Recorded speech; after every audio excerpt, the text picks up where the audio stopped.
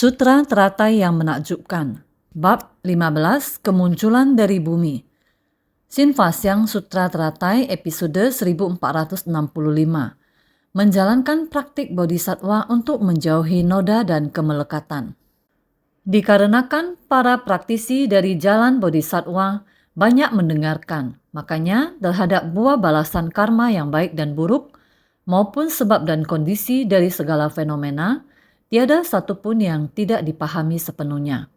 Dapat menjauhi jalan yang tidak sesuai dharma. Batin berada dalam kondisi hening dan jernih. Pikiran tidak dibiarkan kalut, bebas dari noda dan kemelekatan. Bersungguh hati menghayati. Dikarenakan para praktisi dari jalan bodhisattva banyak mendengarkan, kita melatih praktik bodhisattva. Kita harus sering mendengarkan dharma. Dharma terserap ke dalam batin. Dalam kehidupan kita sehari-hari, inilah cara kita mendekati dharma. Jadi kita perlu selalu mendengarkan. Setelah mendengarkan, terhadap orang, benda, dan tindakan kita sehari-hari disesuaikan dengan prinsip kebenaran. Hari ini mendengarkan, hari ini mulai menghayati. Dharma ini dengan kehidupan kita sehari-hari. Apakah semuanya mampu bergabung? Dharma mampu memanfaatkan metode ini. Inilah prinsip kebenaran. Kita bukan hanya mendengarkan, terlepas dari perilaku kehidupan diri kita. Bukankah ini disebut dengan dharma? Oleh karena itu, kita sangat butuh mendengarkan dharma. Belajar di dunia manusia ini karena kita menggunakannya. Inilah dharma sejati. Sutra Teratai mengajarkan kita, yakni cara untuk dapat masuk ke tengah masyarakat. Kamu harus masuk ke tengah masyarakat. Metode apa yang harus digunakan saat berhadapan dengan berbagai kerisauan dan kegelapan batin para makhluk? Para makhluk jumlahnya sangat banyak. Penderitaan juga sangat banyak. Kamu harus menggunakan cara apa untuk membantu mereka terbebas dari penderitaannya. Inilah kesempatan kita untuk mempraktikkan apa yang telah kita pelajari, yakni dharma. Dharma bodhisattva demikianlah. Sehingga kita harus sering mendengar. Barulah bisa mengetahui banyak metode. Baru bisa memiliki cara untuk menghadapinya. Untuk masuk ke tengah masyarakat, kita harus sering mendengar dharma.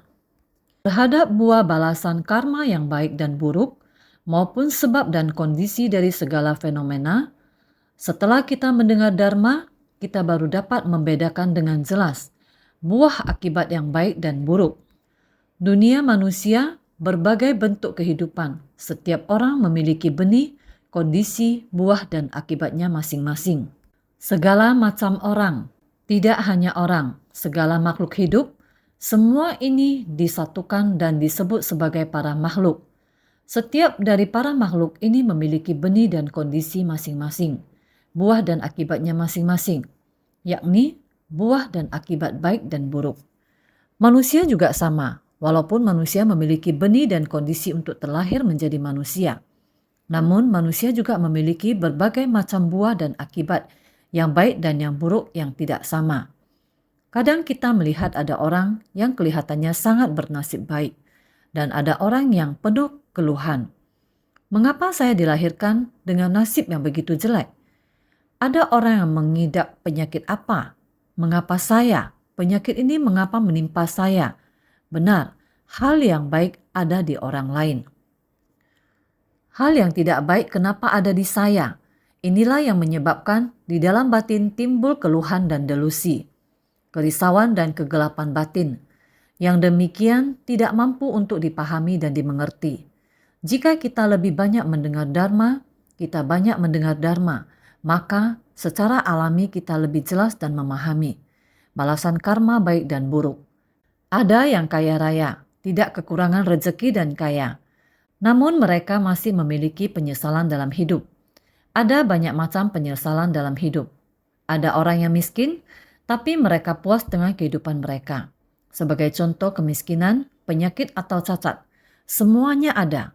Akan tetapi dia memiliki anak yang sangat baik. Keluarga sangat harmonis, meskipun tidak ada uang. Namun kasih sangat berlimpah. Ada yang kasih sesuai aturan, sesuai ketentuan dan sesuai tata krama. Keluarga seperti ini, biarpun kelihatan serba kekurangan, sangat kasihan. Namun mereka merasa, saya sudah puas, saya telah berpuas diri, saya memiliki anak seperti ini, saya memiliki istri dan anak seperti ini. Dia berpuas diri. Ada beberapa keluarga yang sangat kaya, memiliki segalanya, memiliki ketenaran, status, dan memiliki harta benda. Namun, sang istri hanya ingin menikmati terus-menerus. Anak berperilaku buruk dan tidak mau belajar, tidak mengikuti peraturan dan menaati peraturan rumah. Anak nakal ini ada di luar sana, atau mungkin seorang wanita yang sangat kaya, tetapi dia juga sangat puas. Yang membuatnya tidak puas adalah suaminya dan anaknya. Semua tidak rukun. Dia menikmati banyak hal materi, tetapi selalu ada kekurangan dalam hidupnya. Dia merasa sangat menderita. Ya, semua itu adalah kebaikan dibalas dengan kebaikan. Di dalam kebaikan juga mempunyai akibat yang buruk. Manusia tidak dapat sangat sempurna. Ini terjadi di kehidupan awam. Ini disebut kebajikan dan kejahatan bercampur. Benih baik dan jahat semua tercipta, bercampur menjadi satu. Kita datang membawa karma baik dan buruk. Maka dari itu sebab akibat baik dan buruk.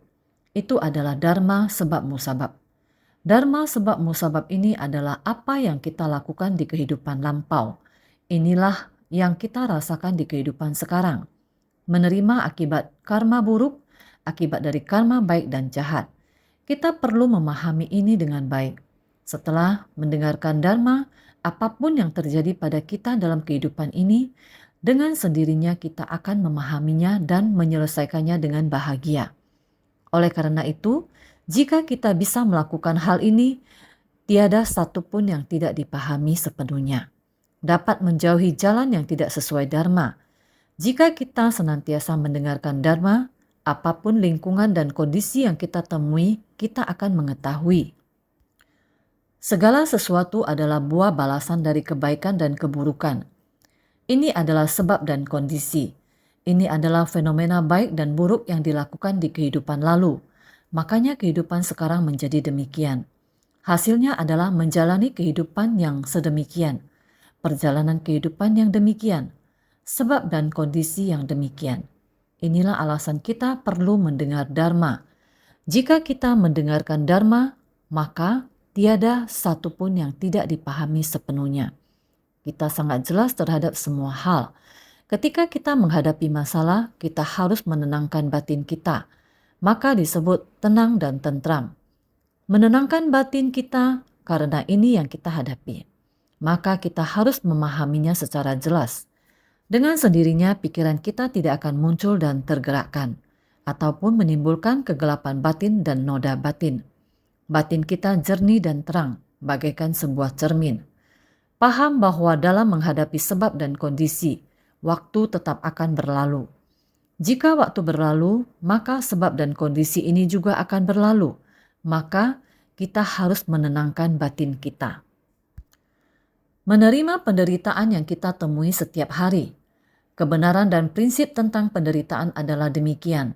Oleh itu, waktu akan berlalu secara bertahap. Dengan berlalunya penderitaan, batin kita akan menjadi jernih. Kita telah menghayati dan memahami. Dharma berdiam di dalam batin. Dengan sendirinya, kita akan dapat menjauhi jalan yang tidak sesuai dharma. Ketidaktahuan dan kerisauan ini. Seiring berjalannya waktu, semua ini akan berlalu. Ketidaktahuan dan penderitaan juga telah berlalu. Batin kita selalu menyimpan pengertian dan pemahaman.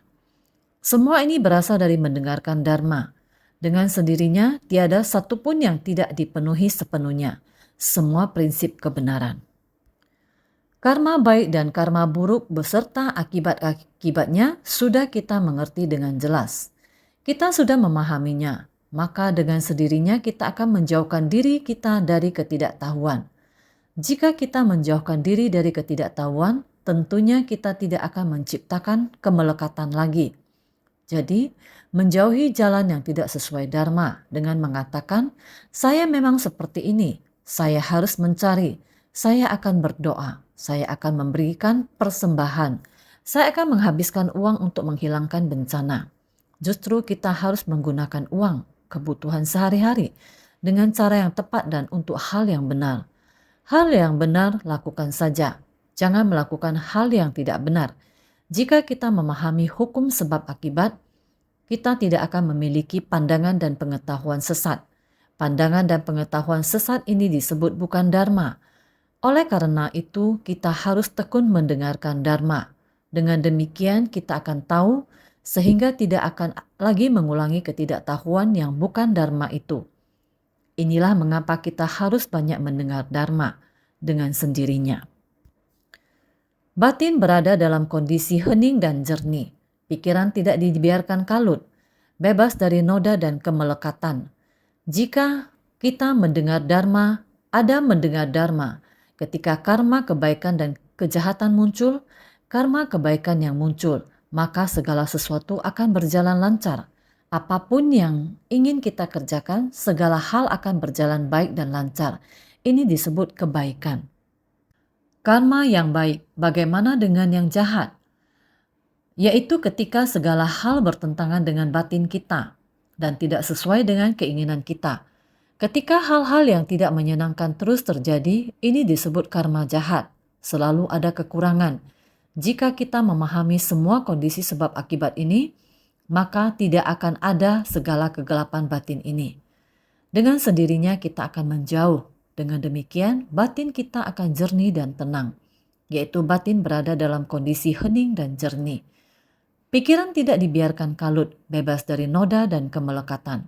Ketika pikiran kita tidak lagi menciptakan karma apapun, secara alami kita akan terbebas dari kemelekatan. Kita tidak akan terkontaminasi oleh pengaruh orang-orang dan juga tidak terganggu oleh lingkungan sekitarnya. Ini adalah dharma. Penggalan naskah sutra sebelumnya mengatakan demikian. Karena satu penggalan sutra mengatakan, bodhisattva yang muncul dari bumi menempati ruangan yang kosong.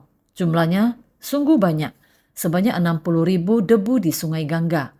Sungguh banyak sekali, jumlahnya tidak bisa terhitung lagi. Terus menerus dari 60.000 hingga 50.000, 40.000, 30.000, 20.000, dan 10.000 Sungai Gangga. Angka ini terus menurun. Dari bodhisattva yang jumlahnya sebanyak pasir di Sungai Gangga yang bermunculan, apa yang mereka lakukan di sana? Mereka memiliki jodoh dengan para makhluk di dunia saha. Para bodhisattva ini datang untuk membimbing para makhluk, yaitu bagaimana agar kegelapan batin dan kerisauan para makhluk yang menderita, bagaimana membuatnya berkurang. Semakin berkurang, kita harus menggunakan cara dari angka yang tadinya besar terus menerus menurun. Kita juga bisa menggunakan kerisauan sebagai perumpamaan. Kerisauan sebanyak pasir di 60.000 Sungai Gangga. Kerisauan tersebut kita harus menggunakan 6 paramita dan segala praktiknya. Untuk mengikis semua ini, untuk menghadapi jumlah yang tidak terhingga, kegelapan batin dari para makhluk yang tidak terhitung lagi, kerisauan dan juga penderitaan dari para makhluk. Kita harus menggunakan 6 paramita dan segala praktik. Perumpamaan lainnya adalah dalam batin kita. Jika ada serbisik niat saja terbangkitkan. Kegelapan batin dan kerisauan dalam waktu 1 hari. Sekilas pikiran kita akan terpengaruh dan bergejolak. Kita tidak tahu seberapa banyak kerisauan batin kita yang kita ciptakan dalam 1 hari. Sungguh tidak terhitung jumlahnya. Yang dikatakan sebelumnya memiliki arti yang demikian. Dan kita juga demikian membimbing para makhluk. Berharap sangat banyak makhluk.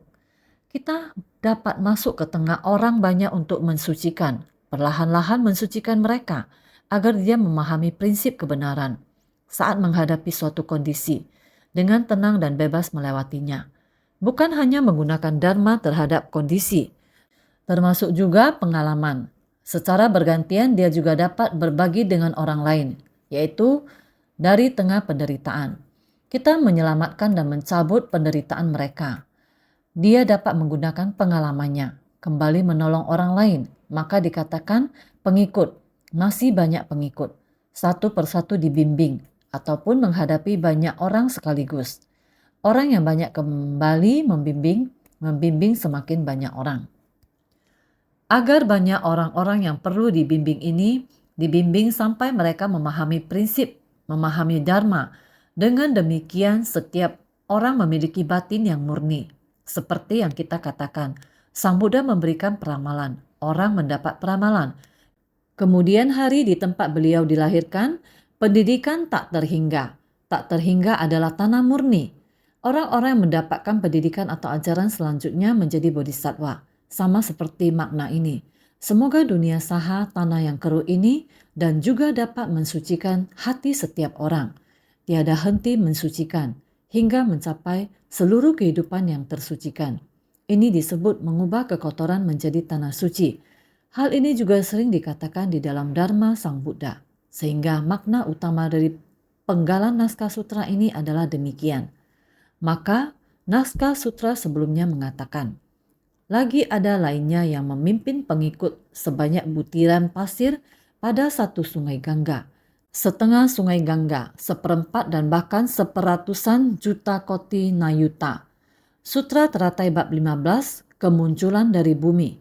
Ini adalah pengurangan yang terus-menerus. Satu pasir sungai Gangga menjadi setengah pasir sungai Gangga.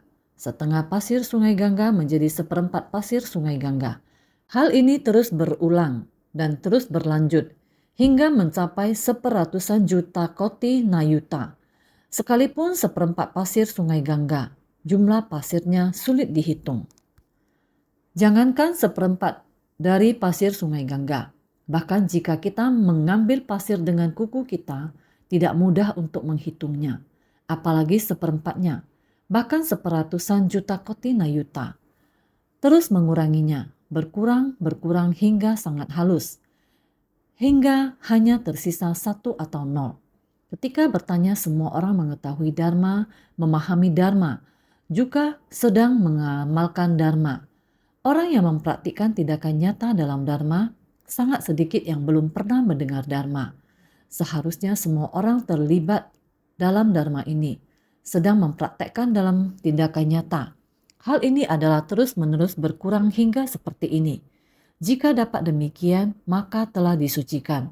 Oleh karena itu, lainnya dengan pengikut sebanyak puluhan juta koti nayuta, lainnya dengan pengikut sebanyak puluhan ribu koti, lainnya sebanyak puluhan juta, jutaan, sampai 10.000, lainnya sebanyak 1.000, 100 sampai 10, lainnya memimpin 5, 4, 3, 2 sampai 1 murid.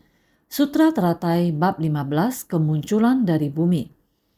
Tak terhingga, kita terus-menerus membaginya sampai menjadi satu. Oleh karena itu, lainnya sebanyak puluhan juta, jutaan sampai 10.000, lainnya sebanyak 1.000, 100 sampai 10. Angka-angka ini jumlah yang tak terhingga dan masih dikurangi dan dikurangi lagi. Tersisa berapa? Sisa 1, 2 dikurangi 1. Walaupun beliau memiliki banyak murid, seperti jumlah pasir Gangga yang tak terhingga dan terus-menerus tiada henti, jumlah yang banyak ini terus-menerus mendidik dan mendidik. Murid-murid sudah menjadi guru orang lain. Guru bertambah, murid menjadi kurang, dikurangi sampai menjadi hanya tinggal 1. Walaupun yang 1 ini kemudian menjadi guru, sehingga semua orang menjadi guru. Ini adalah bagaimana Bodhisattva membimbing para makhluk seperti yang dikatakan oleh Bodhisattva Sitigarbha. Kalau alam neraka belum kosong, aku tidak akan mencapai kebudaan. Hanya ketika semua makhluk terselamatkan, baru aku akan mencapai pencerahan. Benar, hanya saat semua makhluk terselamatkan, baru akan mencapai pencerahan dan mencapai kebudaan. Ini adalah ikrar Bodhisattva. Ini adalah arti atau makna dari Sutra Sitigarbha. Sekarang, Sutra Teratai juga mendeskripsikan hal yang sama. Para makhluk di dunia saha akan diselamatkan semua oleh Bodhisattva Sitigarbha. Semua para makhluk yang kebingungan dicerahkan oleh Bodhisattva Sitigarbha. Ini adalah ikrar Buddha untuk kita. Sekarang, naskah sutra selanjutnya mengatakan, selanjutnya ada yang seorang diri dan suka pada praktik menjauhkan diri. Demikian dibandingkan adalah tak terhingga dan tiada terbatas, sehingga tidak dapat diketahui melalui perhitungan ataupun perumpamaan. Sutra Teratai bab 15, kemunculan dari bumi. Selanjutnya sedang dikatakan, ada yang seorang diri dan suka pada praktik menjauhkan diri. Setiap orang sudah membimbingnya sampai ke tahap memahami dengan sangat jelas. Praktek menjauhkan diri yaitu pelatihan diri. Menjauhkan diri dari para praktisi dari jalan bodhisattva, menjauhkan diri dari kerisauan akibat cinta kasih penuh noda pada alam nafsu. Maka terhadap segala dharma duniawi dan non-duniawi semuanya dipahami sepenuhnya dan jelas, tanpa keraguan sedikit pun. Menjauhi cinta kasih penuh noda di alam keinginan. Menjauhi noda di alam keinginan perlu secara terus-menerus membimbing agar setiap orang datang berlatih. Membimbing setiap orang agar semua orang mampu untuk menjauhi cinta kasih penuh noda pada alam nafsu. Di dunia manusia dikarenakan cinta kasih penuh noda, maka mendatangkan begitu banyak kerisauan. Tidak dapat menahan nafsu keserakahan, nafsu di antara pria dan wanita. Di dalam praktek penuh kedamaian dan kebahagiaan, harus menjauhi wanita. Dengan kata lain, perempuan juga harus menjauhi pasangan pria. Nafsu di antara pria dan wanita. Jika menjauh dari hasrat akan cinta, maka tidak anggota keluarga yang berasal dari keturunan. Sangat banyak noda dan kerisauan. Penderitaan yang datang dari kerisauan, semua berasal dari orang-orang dalam keluarga. Penagih hutang semua berkumpul di satu tempat. Dengan cara seperti ini, sedang terus berlanjut. Tidak mengerti prinsip ini memaksakan jodoh. Maka banyak hasrat akan cinta di dunia. Maka ini perlu berlatih dengan sepenuh hati, menjaga jarak mereka dari alam nafsu. Dalam alam nafsu ini, harta kekayaan, rupa, ketenaran, makanan, dan istirahat. Ini adalah 5 jenis ketamakan. Siapa yang tidak menginginkan harta kekayaan? Siapa yang tidak menginginkan ketenaran? Siapa yang tidak menginginkan kenikmatan rupa? Makan, siapa yang tidak menginginkan rasa pangan? Pada saat tidur, jika kita hanya tidur sebentar, kita akan merasa tidak nyaman. Siapa yang tidak berharap hidup dalam waktu senggang tanpa melakukan apapun dan tidur sepanjang hari? Semua orang berharap dapat hidup seperti ini, menjadi riang tanpa melakukan apapun. Seperti pada saat sedang tidur, karena itu kita banyak kerisauan. Jadi, jika kita dapat menghindari dari alam nafsu dan kerisauan akan ketamakan, maka terhadap segala dharma duniawi dan non-duniawi semuanya dipahami sepenuhnya dan jelas. Hanya dengan begitu kita dapat dengan jelas memahami segala dharma duniawi dan non-duniawi. Bagaimana kita dapat datang ke dunia ini? Kita benar tidak tahu dari mana kita berasal. Kita tidak tahu ini berkata kepada kita bahwa karena keinginan ini yang membawa kita ke sini. Ini adalah kekotoran batin. Kita yang membawa kita ke sini. Kita harus memahami ini. Karena kita sudah di sini, bagaimana cara kita melampaui dunia ini? Kita membutuhkan dharma duniawi. Bagaimana cara kita agar tetap murni?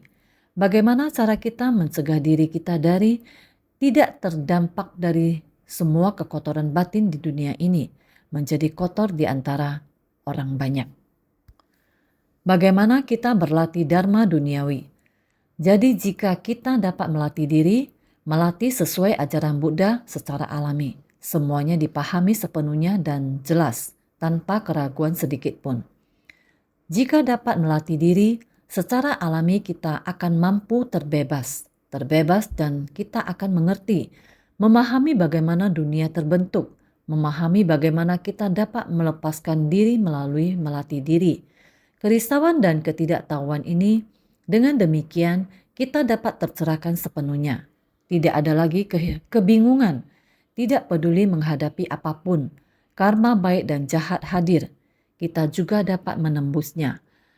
Tidak ada kerisauan, tidak ada kekhawatiran, tidak ada kegelisahan. Hati terbuka. Inilah yang benar-benar memahami. Jadi dikatakan, selanjutnya ada yang seorang diri dan suka pada praktek menjauhkan diri. Inilah yang kita ketahui harus bagaimana untuk terbebas. Harus bersungguh-sungguh melatih diri. Barulah dapat terbebas. terbebas dari segala kekotoran yang ada di dunia inilah. Selanjutnya, ada yang seorang diri dan suka pada praktik menjauhkan diri. Artinya, orang yang suka membina diri secara sendirian dan tidak punya murid. Namun mereka juga tak terhitung jumlahnya. Pokoknya disebut bodhisattva yang muncul adalah banyak sekali. Bagaimana cara menjauhi? Dalam ajaran kendaraan kecil, Sravaka Pratekya Buddha yang harus mereka jauhi adalah kesendirian. Mereka tidak mau berada di dalam kerumunan orang banyak. Mereka orang yang suka membina diri secara sendirian. Mereka harus melatih. Mereka melatih dan mempraktekkan memberi kebaikan pada diri sendiri. Mereka tidak mempunyai murid. Mereka tidak mau mengkhawatirkan. Oleh karena itu tidak mau menerima murid. Pokoknya tidak ada murid. Suka pada praktik menjauhkan diri. Namun mereka juga tak terhitung jumlahnya. Seperti orang yang memberi kebaikan pada diri sendiri juga sangat banyak. Tadi baru dikatakan, ada yang anggota keluarganya banyak, ada orang yang anggota keluarganya sedikit, muridnya sedikit, bahkan juga ada yang tidak mempunyai murid. Seperti demikian, di dalam melatih juga ada, pokoknya disebut bodhisattva. Intinya, para bodhisattva yang muncul dalam berbagai wujud, ada yang banyak murid bersamaan datang. Juga ada bodhisattva yang muridnya sedikit.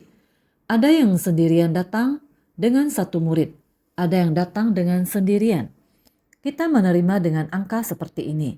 Tapi sebelumnya kita mengatakan, sejak awal sudah mulai mengurangi. Mengurangi berarti bertambahnya guru. Berkurangnya jumlah murid juga menjadi salah satu penyebabnya. Ini adalah yang mau dikatakan.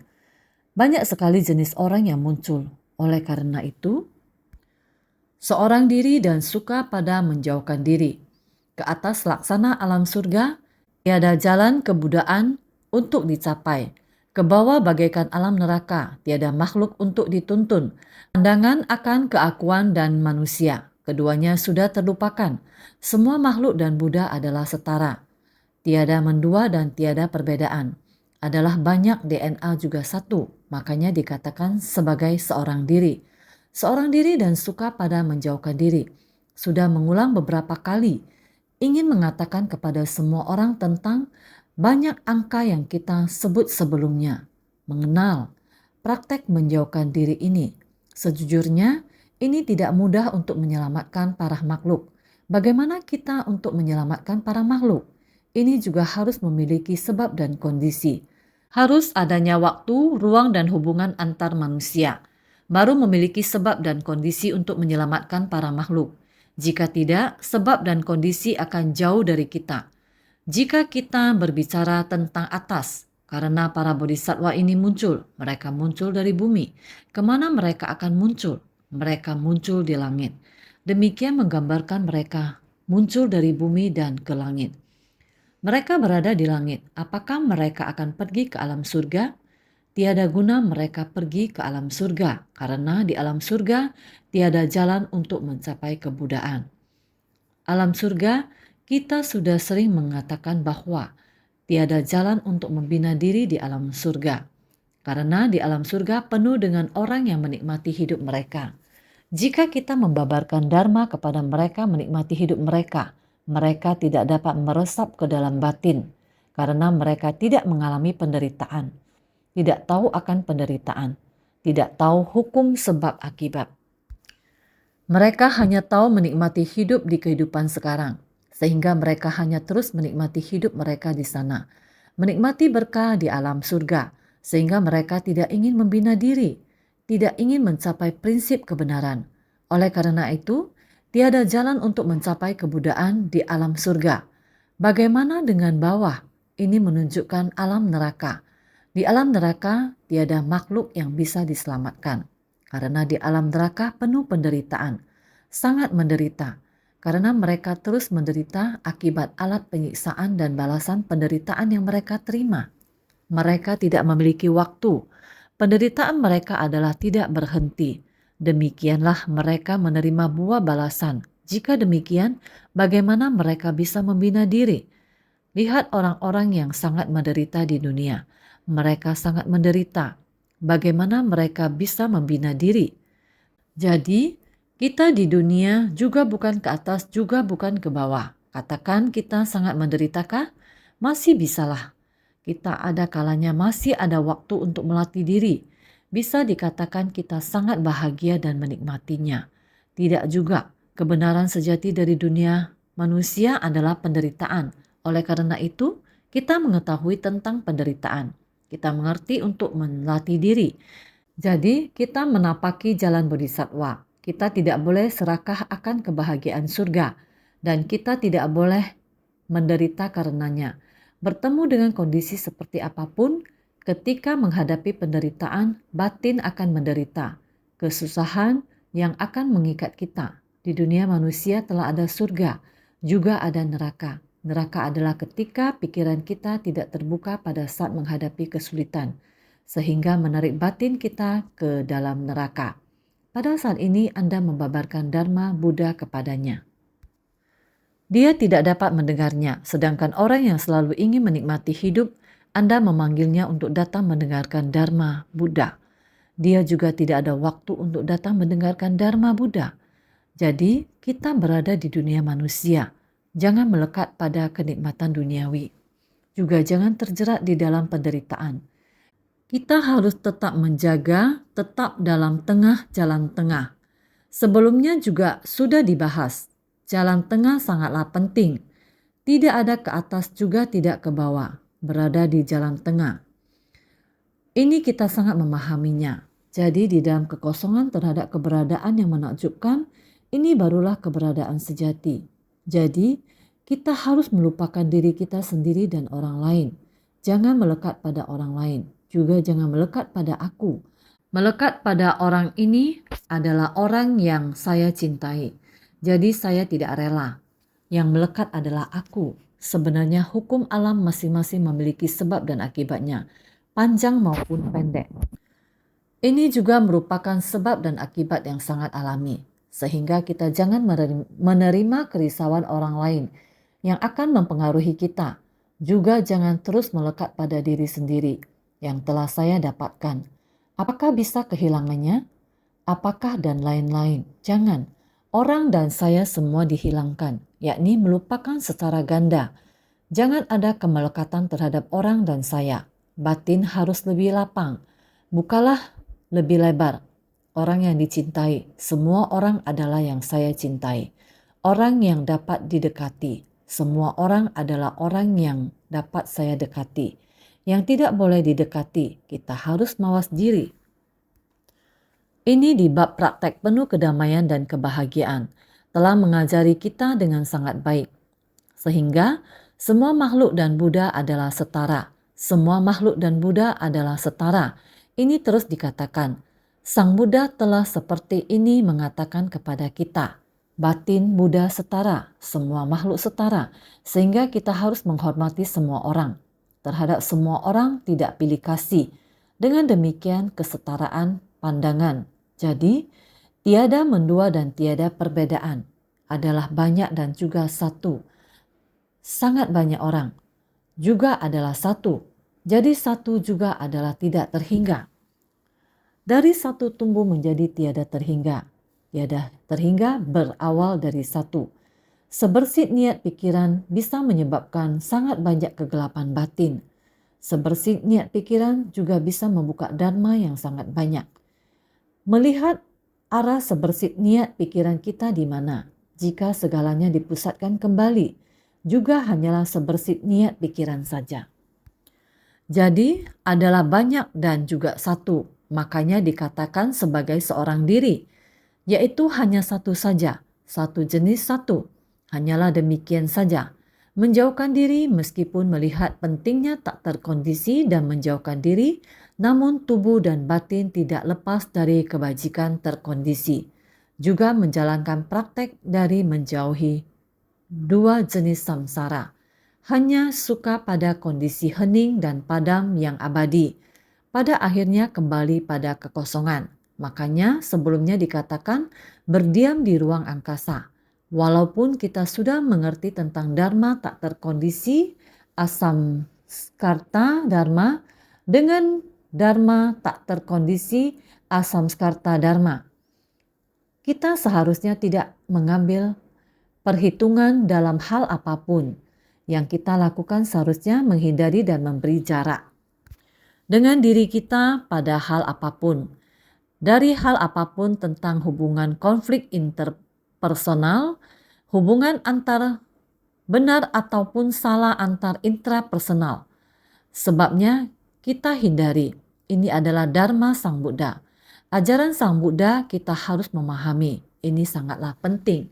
Akan tetapi, namun tubuh dan batin tidak lepas dari kebajikan terkondisi. Meskipun kita melatih diri tentang kekosongan, tetapi kita harus mengetahui tentang keberadaan menakjubkan. Karena sungguh banyak sekali makhluk hidup yang mengalami penderitaan. Jasmani dan batin kita. Batin kita tak tahan untuk meninggalkan orang banyak. Inilah yang disebut dengan dharma tak terkondisi, asamskarta dharma. Ataupun kita telah mengerti tentang prinsip dharma tak terkondisi, asamskarta dharma. Tetapi kita juga harus memasuki tubuh dan batin tidak lepas dari kebajikan terkondisi. Adanya dharma tak terkondisi, ada demi kebaikan, ada demi semua untuk kebaikan. Inilah dalam kekosongan terdapat keberadaan menakjubkan. Walaupun semuanya kosong, apapun tak ada hubungannya dengan saya. Akan tetapi batin kita tidak meninggalkan seluruh makhluk hidup yang kesusahan. Kita masih tetap harus masuk ke tengah orang banyak. Benar dan salahnya, orang lain tidak akan mempengaruhi kita. Inilah yang dikatakan kekosongan terdapat keberadaan menakjubkan. Apakah ini dapat dipahami? Mereka juga menjalankan praktik dari menjauhi dua jenis samsara. Ada dua jenis samsara. Beberapa waktu sebelumnya, saya terus membahas tentang dua jenis samsara, yaitu samsara fragmentaris dan samsara perubahan. Kita harus menjauh dari dua jenis samsara ini. Jangan biarkan dua jenis samsara ini merintangi kita lagi. Jadi, hanya suka pada kondisi hening dan padam yang abadi. Kita mesti senantiasa bersuka cita, hening dan padam. Artinya kondisi tenaga dan jernih. Setelah kita bersumbangsi, ketika kita kembali kita tetap dalam kondisi tenang dan jernih. Kita kembali pada kekosongan, meskipun kita memasuki fenomena terkondisi dan kebajikan terkondisi. Kita menciptakan segala fenomena. Kita tetap kembali pada kekosongan dan keheningan, yaitu kondisi tenang dan jernih. Sehingga disebut bahwa kita berdiam di ruang angkasa. Kita tidak mau pergi ke surga, juga tidak mau pergi ke neraka. Artinya, kita mempraktikkan jalan tengah. Ketika kita membina diri di alam manusia, meskipun kita memahami Dharma Buddha, kita mesti memiliki praktek menjauhkan diri. Inilah Dharma tak terkondisi. Kita mesti menjauh dari konflik antar manusia. Tapi kita tidak boleh lupa untuk mendedikasikan diri dan dengan tekun melakukan kebajikan terkondisi. Dengan kata lain, kita mesti melakukan kebajikan. Ini dinamakan praktek bodhisattva. Praktek bodhisattva adalah jalan tengah, yaitu berdiam di ruang angkasa. Mereka berdiam di tempat ini. Jadi, selanjutnya ada yang seorang diri, orang yang tidak memimpin kumpulan murid. Malahan lebih banyak dibandingkan mereka memimpin pengikut. Masih ada lebih banyak lagi, menunjukkan tiada habis-habisnya. Makanya menggunakan 7 kali kata selanjutnya untuk menunjukkannya. Ada orang yang seorang diri. Saya hendak melakukan hal bajik, namun saya tidak mau menerima murid.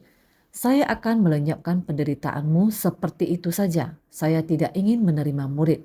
Malahan lebih banyak dibandingkan mereka yang memimpin pengikut. Jadi, meskipun mereka bersumbangsi, sebenarnya mereka sudah tidak punya rintangan atau kerisauan. Tiada kemelekatan lagi bahwa saya sedang memimpin banyak orang. Mereka ini adalah murid saya. Mereka tidak punya kemelekatan seperti ini. Malahan akan datang lebih banyak orang lagi. Walaupun tidak mempunyai murid, malahan jadi tambah banyak. Karena mereka menunjukkan tiada habis-habisnya. Sebetulnya mereka telah membimbing orang lain. Mereka telah terbebas dari kerisauan dan rintangan, namun mereka dapat mempraktikkan dalam dharma tak terkondisi dan berbuat kebajikan terkondisi, sehingga mereka telah membantu banyak orang. Semakin banyak orang yang mereka bantu, semakin menunjukkan bahwa mereka membantu orang lain secara tak terhingga dan tiada berbatas. Maka karena demikian, sebelumnya juga ada kata selanjutnya, sebanyak 7 kali. Ini adalah bagaimana angkanya berkurang. Sebetulnya berkurang di angkanya adalah bertambah di angka lain. Apa yang berkurang sesuai dengan yang bertambah, jadi dikatakan bahwa kita mengikis ketidaktahuan. Namun sebaliknya menambah kepada yang tak berwujud ini, yaitu tak terhingga dan tiada berbatas. Perbuatan untuk membantu orang lain semakin banyak hal demikian, demikianlah dibandingkan. Merujuk kepada apa yang kita bahas sebelumnya. Dengan demikian senantiasa dibandingkan terus, tak terhingga dan tiada berbatas. Ada banyak sekali dan masih banyak. Tidak dapat diketahui melalui perhitungan ataupun perumpamaan. Demikianlah dibandingkan adalah tak terhingga dan tiada berbatas. Sehingga tidak dapat diketahui melalui perhitungan ataupun perumpamaan. Ketika dibandingkan dengan urutan sebelumnya, tiada terkira dan tiada berbatas. Jika dihitung dengan angka ataupun diumpamakan dengan benda, tiada yang mampu mengetahuinya. Mulai dari jumlah yang besar justru menurun. Setelah berkurang, meningkat lagi. Itu tidak ada habisnya dan tidak terbatas. Jumlah mereka sungguh sangat banyak.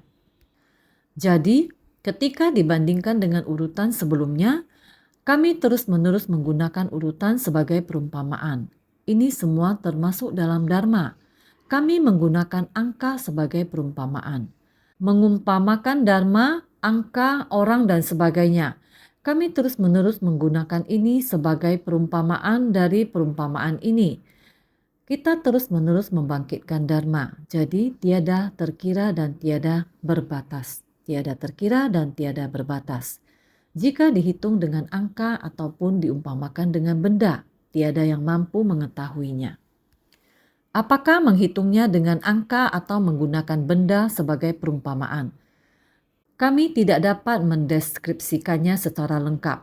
Jadi, kumpulan orang-orang ini muncul dari bawah bagaikan pancuran air, bagaikan tumpukan awan berlari, memenuhi ruang angkasa sehingga sulit dihitung, maka disebutkan tidak dapat diketahui jumlahnya. Seperti air yang keluar dari tanah, awan yang berlari di ruang angkasa, memenuhi ruang angkasa, sulit dihitung, tidak mampu terhitung, sehingga memenuhi ruang angkasa sehingga sulit dihitung, maka disebutkan tidak dapat diketahui jumlahnya. Ada banyak yang tidak bisa dipahami, sehingga Dharma harus diterapkan dalam kehidupan. Tadi di awal sudah dikatakan, kita harus lebih bersungguh hati dalam kehidupan. Mendengarkan Dharma, kita harus segera mengingat kembali. Digunakan dalam menghadapi orang, masalah, atau benda. Jika kamu memahami dengan tuntas tentang Dharma, hati terbuka dan memahami, hal apapun bisa dipakai untuk mengumpamakan. Dia memiliki angka yang tak terhitung. Bisa dijadikan perumpamaan. Ada benda yang tak terhingga bisa dijadikan perumpamaan, asalkan sesuai dengan ajaran. Bisa mengumpamakan ajaran yang tak terhingga, praktek yang tidak terhingga, dan jauh puluh ribuan ajaran. Semua mulai dari satu, yaitu satu niat pikiran. Juga bisa satu, juga bisa tiada terhitung, tiada terhitung. Dikumpul kembali menjadi satu. Satu diuraikan lagi menjadi tidak ada. Prinsip kebenaran ada di mana? Tidak ada substansi dan fenomena. Yang muncul adalah fenomena. Ada wujud, ada perasaan. Ini tidak bisa ditolak, yaitu setelah kami buat. Ada benih yang jatuh ke karma kesadaran, dan dengan karma kesadaran bawa ke dunia. Tidak bisa sesuai dengan keinginan diri. Jalinan jodoh, pengikut sangat banyak. Hal yang membuat kita khawatir semakin banyak inilah hukum sebab akibat. Ajaran di dunia sangat banyak. semua bisa diumpamakan, sehingga berharap setiap orang lebih bersungguh hati.